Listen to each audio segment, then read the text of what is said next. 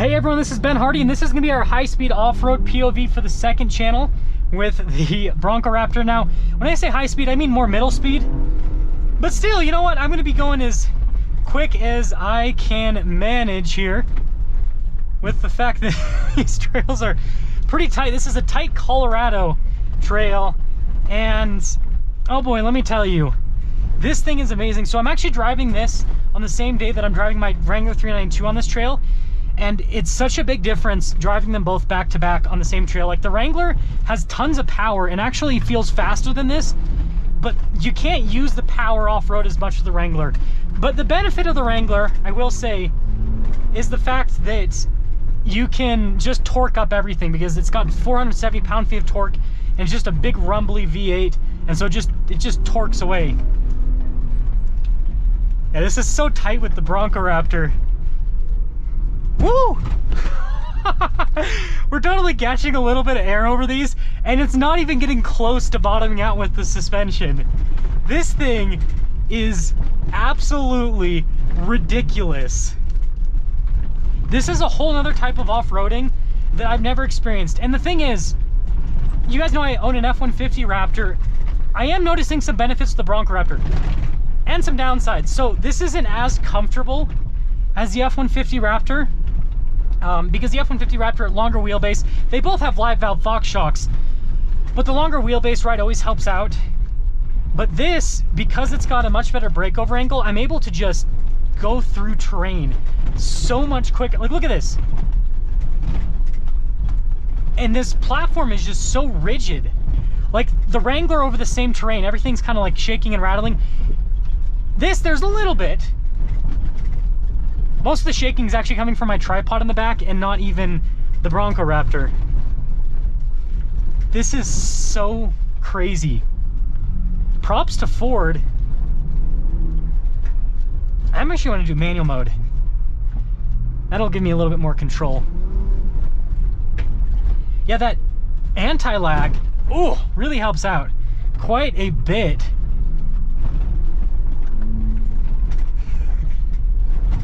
And the transmission's really snappy and responsive, so it helps out quite a bit.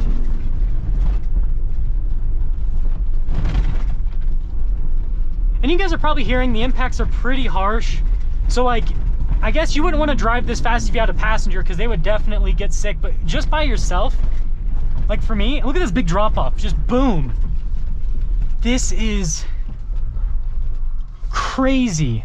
This is just an experience that I have just, I don't know what to say. I have never experienced anything quite like this before. We are still in Baja mode. This trail is obviously a lot more forgiving. We are following the Wrangler, I will say that, so we're not gonna be able to go nearly as quick, but I still would like to give you guys kind of, you know, some off-road POV views. And I mean, the Colorado forests here are pretty beautiful. Now, something else to mention, I think I'm in, no, I'm not, I'm still in automatic mode. Yeah, the Baja mode just keeps it, it's like, it just wants to go. Let's pop it into manual mode again. Yeah, see, this is so controllable. I was a little bit worried about the body control with this being a lot shorter than the Raptor. The Raptor feels so stable. Again, a big part of that is the width that this has, but also the length.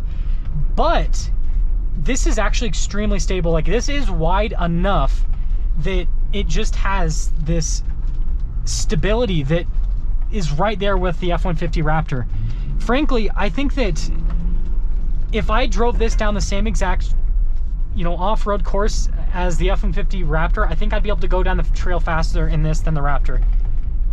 Just because of the, it's a little bit lighter, and again, the shorter wheelbase, I feel like I can just corner a little bit better. But again, the Raptor, you'd think you'd be able to corner better because of the stability you get with that longer wheelbase. But yeah, they have just absolutely done a fantastic job here with this. Now, this is truly just a dirt road. I like the sound of this. It doesn't sound as good as the Raptor. It sounds good, but it's not on the same level as the Raptor. The Raptor's trombone exhaust is just a little bit more high-pitched. But this, I mean, I want to see kind of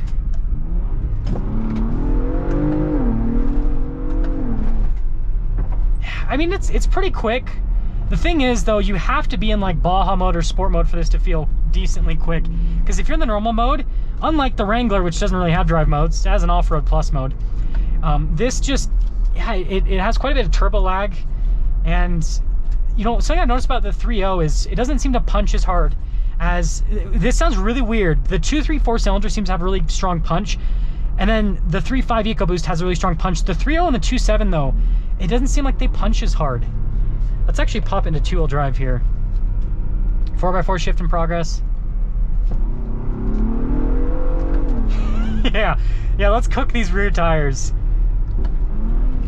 As you guys probably can tell, I am having quite a bit of fun here in the Bronco Raptor. It definitely has a fun factor to it. That being said, though, I feel like I have to drive this faster than the Wrangler to have fun in it. Boom! You can drift it too. Yeah, it does. It is an absolute riot. Yeah, and look at this, like these deep holes just soaks it up so well. Yeah, I think that the thing with the Bronco Raptor that really shines is just the suspension and the shocks. Ford has done an amazing job with the tuning of this setup. The Jeep is all about that solid front axle, because again, this has a solid rear axle.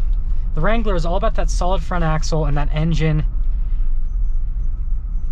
And over these speed bumps, like, no hands, don't try that at home, but it stays perfectly straight because of the independent front suspension, and it really does soak it up well. The Jeep, you kind of get that harsh impact. And that's the thing about solid axles is that Jeep has enough travel that it doesn't feel too much like a solid front axle vehicle when you're going over most compression points. But when you get into, once you get to full compression and it hits, that force gets transferred straight across the solid front axle and you feel it. It almost sounds like you're getting into a car crash to an extent.